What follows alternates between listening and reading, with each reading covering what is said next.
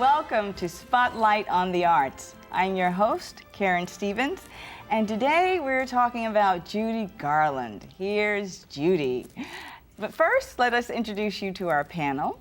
Miss Iris Acker, actress and producer of Spotlight on the Arts, journalist and theater critic, Mr. Bill Hirschman, and actor, playwright, media specialist, Michael McKeever. And joining us today is actress Lee Marlow. Did I say that right? Yes, you did. And we'll be talking about a one-woman show she does called The Property Called Garland. Known as Garland. The property known as Garland. Welcome. Thank you so much. I'm excited to be here. It's good to see you. It's good to see you. So let's start in by telling us about the project. It's directed by Burt Reynolds. Yes. Is that right? That's but correct. Before we get to that, just tell us a little bit about yourself, your background as an actress, and how you came to be working with Burt Reynolds and eventually this project. Okay. I started out as a dancer, and that is a very short life. Got into acting, did television commercials, and I loved theater. And I said, I was a drama major in college, but commercials was more lucrative. So as I felt this surge for more meat, I got into theater. I auditioned for Grease at Burt Reynolds Dinner Theater and had the pleasure of working with Miss Iris Acker. I was the role of Marty, and that was my first introduction to Mr. Reynolds. And however, he was not involved with that performance. It was at his dinner theater. And then I got my equity card, went to New York, did some shows that toured around the country, came back to Florida, had a family. I went to paramedic school. And now that my family has flown the coop, and I started going back to acting classes, and I was teaching. I replaced Iris. She had asked me to teach for her at a private institution. I replaced her. I taught there for 7 years. Well, that was a commercial course. Yes, how to do commercials. And audition for commercials. And then it developed into acting and introductions to acting for children. And I had the opportunity to go up to the Burt Reynolds Museum and watch a class. And I had been looking for a class to get back into. I walked into this magical, magical place. It was his museum. There was a stage. And I sat in awe as I watched these wonderful actors performing. Mr. Reynolds would give gentle critiques, make adjustments. You could see the difference. And I said, I want to be a part of this. I auditioned. I became a part of the class. And one night he said, this was after about a year of working up there, he said, I just read some plays, and I found a play that I would like for someone to read. Now, quite a few women could do this, but Erlene, since you're sitting next to me, that's my other name. Would you please read this show? And it was The Property Known as Garland. Well, I started reading her monologues, and it just felt so good. It felt natural. And I said, this is a story. This is her telling a story. And I just flowed right into it, and I had the script for quite a few minutes. I was into somebody else's time. And is the play Judy about? It's all about, it was the property known as... became Judy Garland. Yes. So when I came off stage, Mr. Reynolds said, I want you to start learning this. So I started presenting it in 10-minute increments in a class situation. And he would make adjustments. I did a 10-minute showcase up at the Lyric, which went over really, really well. It was in part of Mr. Reynolds' showcases that he has. And I said, can we do this play? I want to do this play on her birthday. And he said, I will walk with you as far as you want to go with this. That's lovely. That's really quite amazing. That's wonderful. Talk about the play itself. What is it? It's a one-woman show where we're introduced to Judy Garland. Where is she in her life? during this play?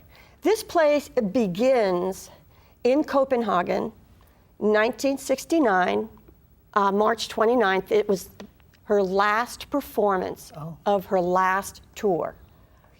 It takes place backstage in her dressing room as she starts reliving her past, and she exposes the good, the bad, and the ugly of her life, all with a very good sense of humor.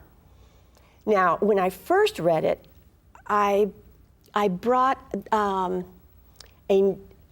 not such a happy side. You know, it was kind of dark. And Mr. Reynolds kept saying, "You have to remember, I knew her.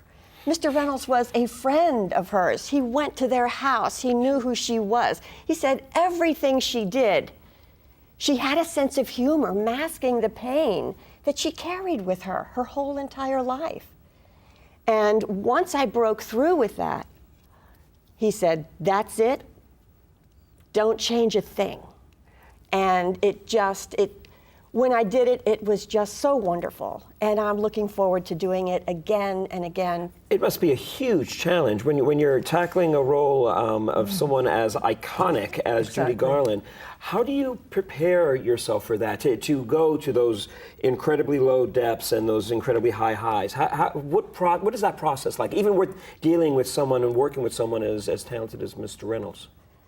For me, I read books, and I also, thank goodness for YouTube. I have watched every YouTube interview. I watched interviews that Lorna gave about her mother, Liza gave about her mother. I went to see Lorna in concert, and I got to talk with her for about 30 seconds.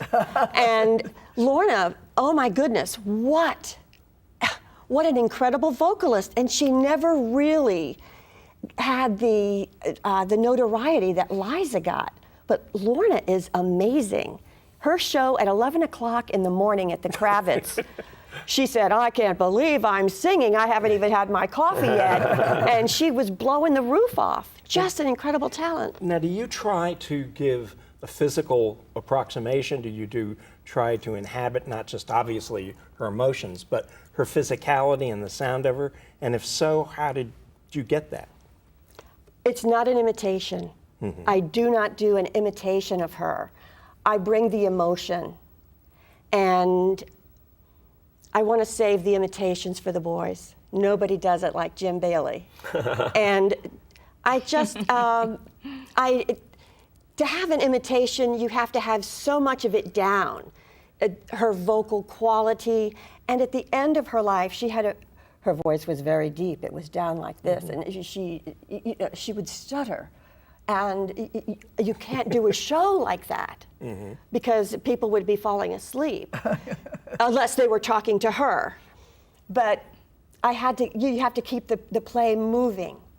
So you just try to inhabit who she was as opposed to giving a physical approximation.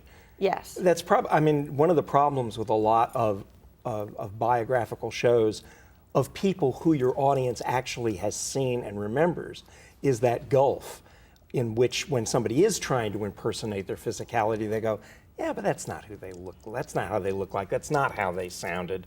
Right. They just did a show on Broadway about Lyndon Johnson, and it starred Bryan Cranston, and he was terrific, but he doesn't look or sound anything like Lyndon Johnson. Matter. And it didn't matter. Exactly. Obviously, the audience That's the response point. when you did it, it didn't matter. According to the people at the door, they said it was wonderful, that they didn't need music. Now, this is very funny.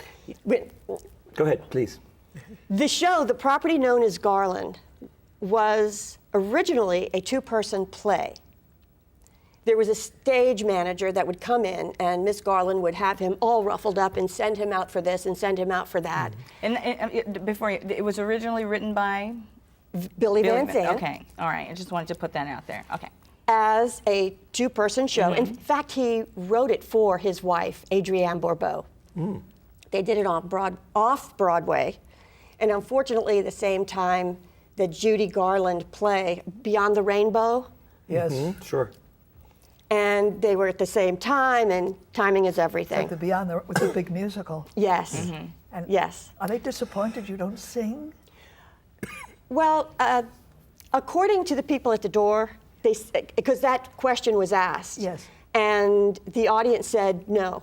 It didn't matter that she didn't sing because the stories were so intriguing. Oh, I like that. But when I first started presenting this, Mr. Reynolds looked at me and he goes, "I want this to be a one-woman show." I said, "Mr. Reynolds has written for 2 people." And he said, "I know." So I had to do something. It's not up to him, it's up to me. Really?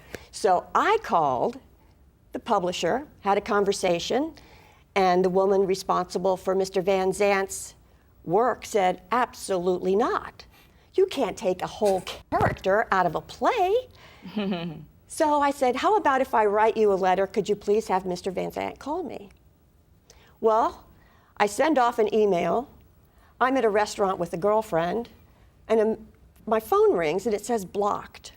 And I don't know if I'm going to take that. And I went, wait a minute, I just have a very important email I sent out yesterday. So I pick up the phone, hello. He goes, "Hi, Earlene." "Yes, it's Billy Van Zant." Ah! It was an, oh my God, it's Billy Van Zant. She goes, "Who?" I go, "The author." Hold on, I have to go out front. I'm at a restaurant and it was very, very loud. We had a 20-minute conversation. It was delightful. He was wonderful. And he said, "Where would you like to start this play?" And I said, "Where she says, 'Hello, I'm Judy Garland, and I'm an alcoholic.'" And he said, "Well, that's very interesting. I had envisioned this play to be a one-woman show, and those were the first words on my page." Wow. And he said, "Of course. You have my email. Email me. We will email back and forth."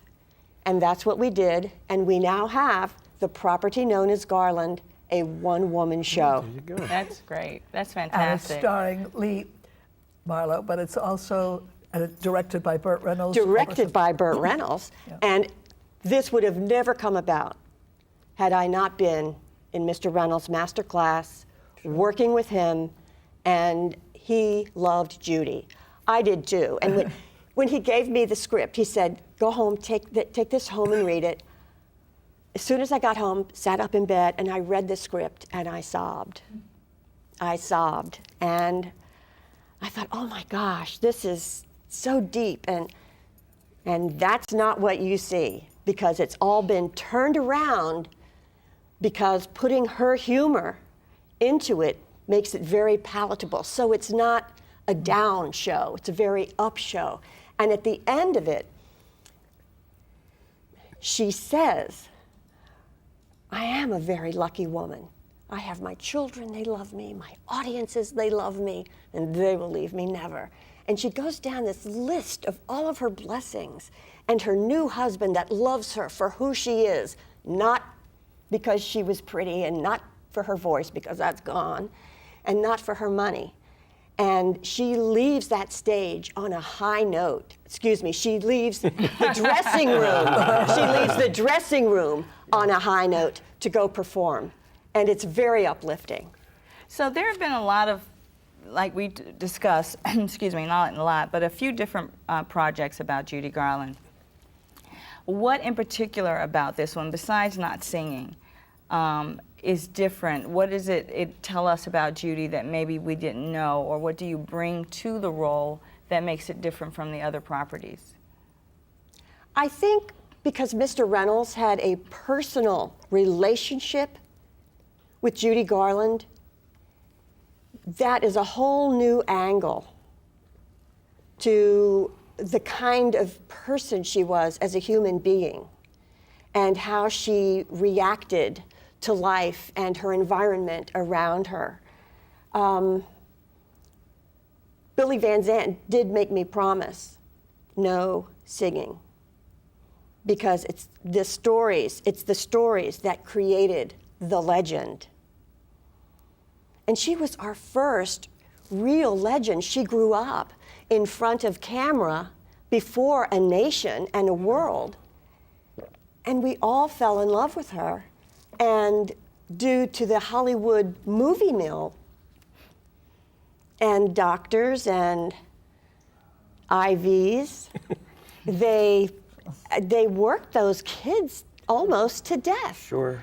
And in one of the books I read, she said, we were so exhausted, and here they march us into to the infirmary. They put IVs in us to make us fall asleep. And then they wake us up. And this is how she grew up. And I'm curious for about 15 the years. workshops. I wish it was closer. Jupiter's a fur piece. And how is this workshop different from other workshops? We've all taken classes and workshops. And I know everybody I know is raving about it. Why? it's Mr. Reynolds. And he is the workshop. He is He- sharing. He is sharing his passion, his knowledge, his stories, and all of his stories have a meaning to them. And we don't have to go all the way to Jupiter anymore. It's at Lake Park, at the Mirror Ballroom in Lake Park, but it's in West Palm, and it's off of North Lake. And How does one become how does one become a part of this workshop? Is it by invitation only? Is there a place that they could online that they could go to check it out, or how would you be? In other words, if I'm interested in joining this workshop, how does it work? BurtReynoldsInstitute.org. They have a list of classes. There's improv classes, fundamentals for acting. There's a teleprompter class. He There's doesn't teach them creating. all. He only teaches the master class, The master master class. acting That's the class that I- Any education, any classroom that you sit in, you can absorb it and work on it, or you can leave and go party. And when you take the information and you work on it, it's self-motivation. And if an actor or actress is really self-motivated, they're going to work every week. And of course, it depends on a person's life and what's going on in their life at the time. And not everybody can work every week, but there are some actors who consistently get up every week with a different style of performance and present. And that takes work. Memorizing lines, being off book. But I tell you what, I have learned to cold read very, very well from that class. Oh my goodness, and what a talent that is when you can pick up a script and just read it and make it work. Now, you might not make it work in the vein that the author had intended, but to make your choices and make them believable, I think that's an art in itself. And Agreed. thank you, Mr. Reynolds. Thank you for this wonderful opportunity, Mr. Reynolds. What He's- website shall we bring up? What shall we do for people interested in Burt and Reynolds. hopefully getting into one of the workshops if they live north? Yes, BurtReynoldsInstitute.org. And there's a phone number you can call. And Sherman Roberts, who teaches fundamentals in acting, he will tell you if you are ready to audition for Mr. Reynolds. And people audition, and he says, welcome to class. How big is a class? It depends on who's showing up and who's working. Sometimes 30, sometimes 15. How many times have you performed the production? It's a full-fledged piece of work now. It is. And how long have you been performing it? I've performed it 3 times, but publicly I've performed it on June 6th, which was Judy's birthday. And I am looking to perform this again and again and again. It is a beautiful piece. It's uplifting. It doesn't, it's very positive. Let me put it that way. It's a very positive piece. It's a tribute to Judy. And I think that she would be very pleased with what Mr. Reynolds has done with it. What do you think it is that decades further on that still fascinates people? particularly even succeeding generations who were not even born when she passed away. Why is it that she has, and you've done a lot of research, what is it about her that continues to endure, and why? Her connection. To what? Humanity, right here in the heart. When she went on stage, she just revealed everything. She brought the audience into her soul. And I had friends that I've talked to that were at her Carnegie Hall performance, and they said, she made you feel like you were talking, she was talking directly to you. And she was the first. She set the bar. She was the first legend. And there's a funny story that we added into the play that wasn't in the original, where Judy was playing the Houston Stadium, you know, the one with the dome on it. Mm-hmm. And Diana Ross and her Supremes were the opening act, and they hadn't met yet. And Diana Ross calls Judy's hotel, and she says, "Could we come up and meet the legend?" And Judy's companion says, "Well, I'm sorry, Miss Garland she's taking a nap." "Oh, well, could we come up and watch her sleep?" I like that. So all of us human beings, we have our defects and our ills, and so did Judy. You know, all of our isms. What do you think that that her image, her legacy is besieged with those things, or are they a part of her mystique? I mean, does it tarnish her anyway? Because we're all human. We all have our demons to deal with. How do you think that is played out? I think that's what makes her human. Because I watched Love Finds Andy Hardy last week.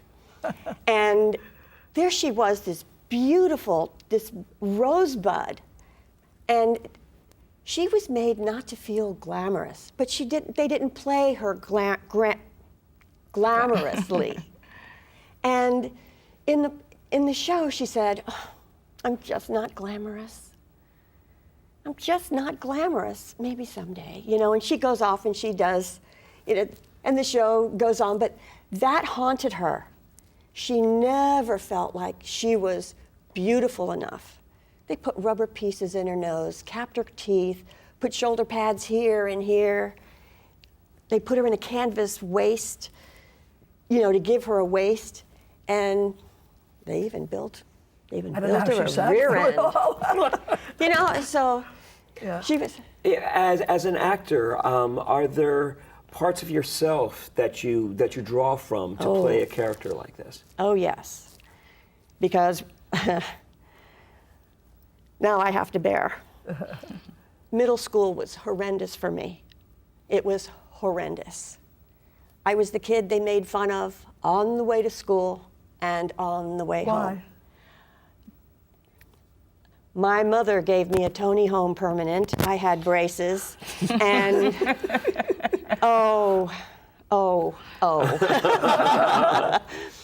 and I always, every little girl wants to be a princess. Every little girl wants to be beautiful.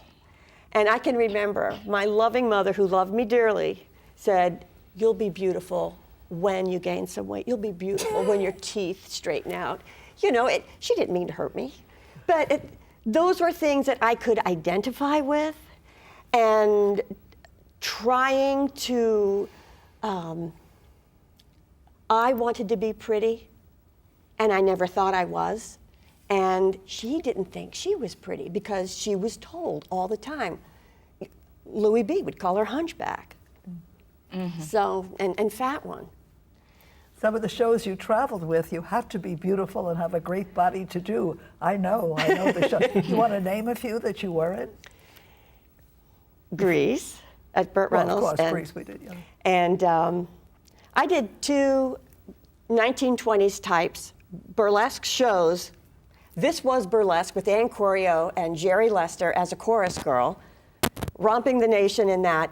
They picked me up, and I was 20 years old, at Coconut Grove Playhouse, did the audition, and then I did a show for the Kenley Players Greenwich Village Scandals, which had the same theme, those very, very quick burlesque type vignettes.